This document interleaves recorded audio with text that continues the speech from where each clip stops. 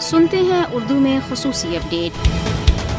Control line کے دونوں اطراف دنیا بھر میں مقیم کشمیری آج 27 اکتوبر کو یوم سیاہ کے طور پر منا رہے ہیں، جس کا مقصد عالمی برادری کو یہ باور کرانا ہے کہ بھارت نے کشمیریوں کی خواہشات کے برخلاف جموں و کشمیر پر قبضہ کر رکھا ہے اور انہیں ان کا ناقابل تنسیق حق خودارادیت دینے سے مسلسل انکار کر رہا ہے۔ 27 اکتوبر وہ دن ہے جب بھارت نے کشمیریوں کی امنگوں کے خلاف جموں و کشمیر میں اپنی فوجیں اتاریں۔ 27 اکتوبر 1947 کو بھارت نے تقسیم بر صغیر کے منصوبے کی کھلم کھلا خلاف ورزی کرتے ہوئے جموں و کشمیر پر قبضہ کر لیا، جسے کشمیری عوام یوم سیاہ اور سوگ کے دن کے طور پر مناتے ہیں۔ آج مقبوضہ کشمیر میں مکمل ہڑتال ہے اور لال چوک سری نگر کی طرف مارچ کیا جا رہا ہے۔ ہڑتال کی کال کل جماعتی حریت کانفرنس، میر وائز عمر فاروق کی سرپرستی میں قائم حریت فورم اور دیگر آزادی پسند تنظیموں نے دی ہے، جبکہ یوم سیاہ کے موقع پر دنیا بھر کے دارالحکومتوں میں احتجاجی ریلیوں، سیمینارز اور مظاہروں کا اہتمام کیا جا رہا ہے۔